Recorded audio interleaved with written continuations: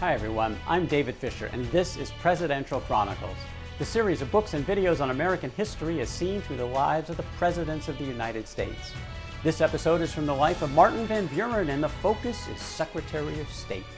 The year is 1829. Van Buren has just resigned after a little over a month as the governor of New York to take his new position of Secretary of State in the new presidency of Andrew Jackson. But knowing Van Buren, the political operative that he was, the political machinations started even before he left his home state of New York. He wrote a letter to James Hamilton, the son of Alexander Hamilton, who was sitting in the spot temporarily as Secretary of State, waiting for Van Buren to be confirmed by the Senate and show up to take the position.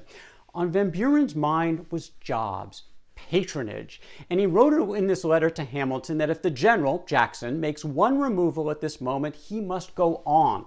Would it not be better to get the streets of Washington clear of office seekers first in the way I proposed? And what Van Buren was proposing was wholesale change, to embrace the same kind of concepts that had worked so well for him in the state of New York. The power of these patronage appointments. Get rid of your political enemies in those jobs. Get your own supporters in place. Get their favor. They'll support you in future elections. This had worked so well at the state level. There's no reason why it wouldn't work at the national level. Now, some presidents in the past had also embraced the concept to a degree, but no one to the degree that Andrew Jackson did. Jackson called it the rotation in office system.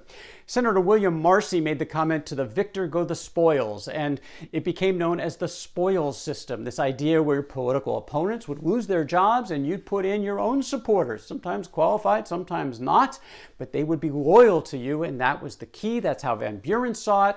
Jackson embraced it, and in fact, it became the norm for presidential politics going forward for the next 50 years, at times a blessing, at times a curse, very much traced back to the Jackson administration and the prodding of his new Secretary of State, Martin Van Buren. Van Buren embraced the concept himself. In fact, for the foreign ministers under his watch, in the first year of his tenure alone, he turned out 13 out of the 17 foreign ministers. Office seekers are actually seeking out Van Buren when he did arrive in Washington in the middle of March of 1829. Spent a few minutes with him. He was a bit under the weather. He had to excuse himself because he had promised to call on President Jackson on his arrival. And when he did, and reflecting later, he said from that night to the day of his death, the relations, sometimes official, always political and personal, were inviolably maintained between that noble old man and myself, the cordial and confidential character of which can never have been surpassed among public men. This was very true. They were aligned personally and politically from the very beginning, and it made a difference in both of their careers, certainly had an influence on the future of the career of Martin Van Buren.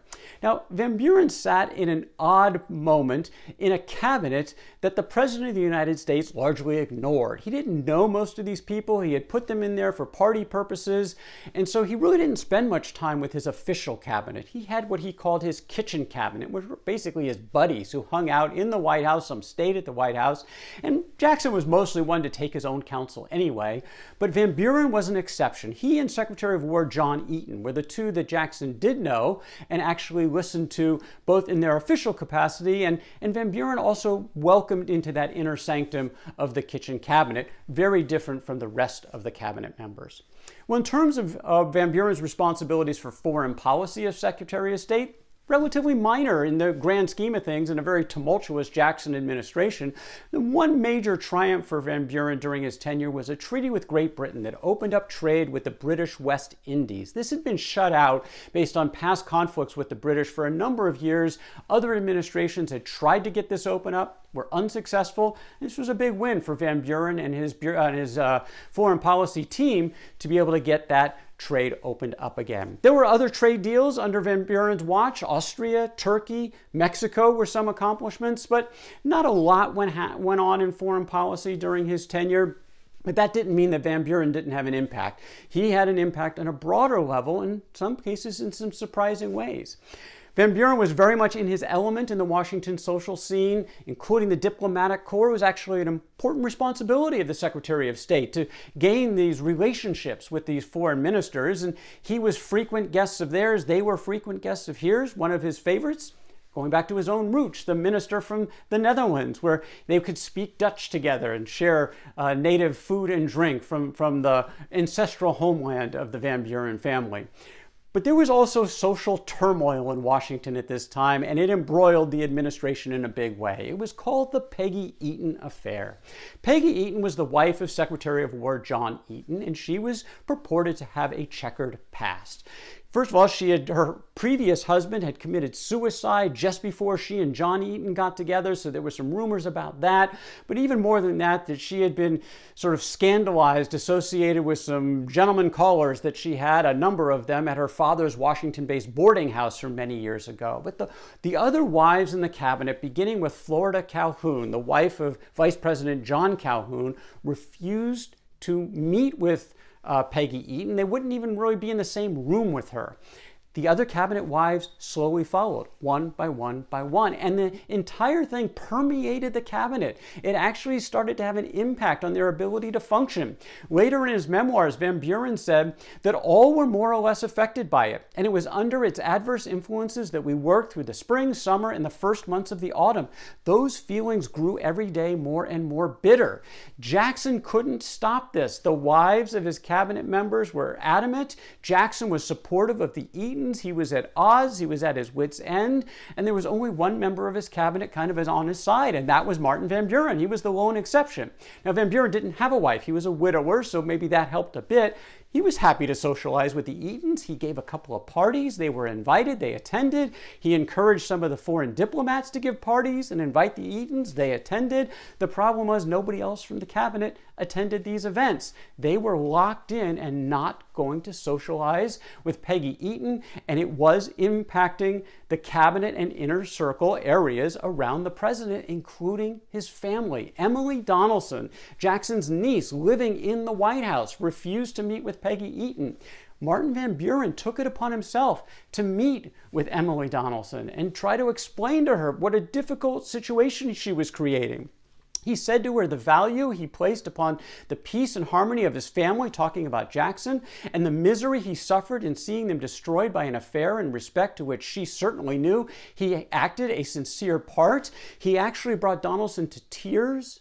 She felt terrible, but she wouldn't change. She was unmoved. She would not meet with Peggy Eaton. Jackson actually sent her home for the time being because he was so disgusted with this obstinate group of women who were basically trying to cause challenges for him in his administration.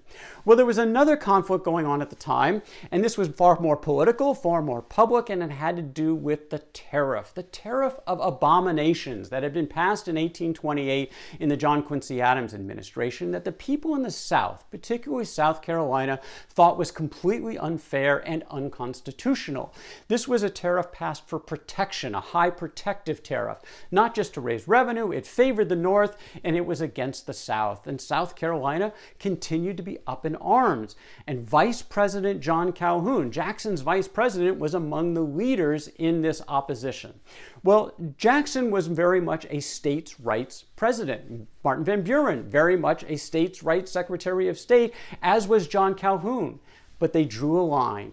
Calhoun was from the Jeffersonian camp, where if a state felt that a law was unconstitutional, they could nullify it and potentially secede from the Union if things got to so extreme. Jackson and Van Buren absolutely had no countenance for this. They were for states' rights, but only to a point. Ultimately, federal law needed to be prevailed, and it needed to be enforced. And this was in 1830 really coming to a head from a political discourse standpoint, and it really came to a head at the Jefferson Day Dinner at the Indian Queen Hotel, April 13th of 1830. The Jefferson Day Dinners celebrating Jefferson's birth were always a big affair. All of official Washington came out. The president, the vice president, the cabinet were there, and there were going to be toasts that were going to be made. And Jackson knew that Calhoun was going to try something here on this topic, and so he took the first stab, and he said, "Our Union, it must be preserved." Very boldly stating, simply stating, but boldly stating his support for this position of ultimate federal superiority when it comes to the implementation of federal law. Well, John Calhoun followed with his own toast. Did not give any ground. "The Union, next to our liberty most dear." May we all remember that it can only be preserved by respecting the rights of the states and by distributing equally the benefit and burden of the Union. He was giving no ground to his president. Well, these two famous toasts and these quotes, putting the line in the stand, were followed by a toast from the Secretary of State. Martin Van Buren was next with a toast that, of course, nobody remembers, but we'll share it with you here. He said, "Mutual forbearance and reciprocal concessions through their agency, the Union was established. The patriotic spirit from which they emanated will forever sustain it." Trying to echo Jackson's sort of more simplistic approach that our Union, it must be preserved. Everyone has forgotten this part of the toast. It wasn't very memorable, except in the mind of Andrew Jackson. Jackson appreciated the support, and Jackson was increasingly focusing on Van Buren as a potential successor. Van Buren and Calhoun entered the administration both potentially as successors to Jackson, but Jackson was definitely moving in one direction. He wrote a letter to a friend when he said, "I have found him, Van Buren, everything that I could desire him to be, and believe him not only deserving my confidence, but the confidence of the nation. Instead of his being selfish and intriguing, as has been represented by some of his opponents, I have ever found him frank, open, candid, and manly. As a counselor, he is able and prudent, Republican in his principles, and one of the most pleasant men to do business with I ever knew. He, my dear friend, is well qualified to fill the highest office in the gift of the people, who in him will find a true friend and safe depository of their rights and liberty. I wish I could say as much for Mr. Calhoun and some of his friends. In mind of Andrew Jackson, whose mind really was the one that mattered most in the country these days, Calhoun on the way out, Van Buren very much on the way in, which is all the more reason why Jackson was so surprised when Van Buren shortly thereafter offered to resign and take the entire cabinet with him. But that's the story for another day. That is Martin Van Buren and Secretary of State from the life of Martin Van Buren. For more Presidential Chronicles, check out my books on Amazon.com, and don't forget to subscribe to my YouTube channel. Until next time, I'm David Fisher, and this is Presidential Chronicles.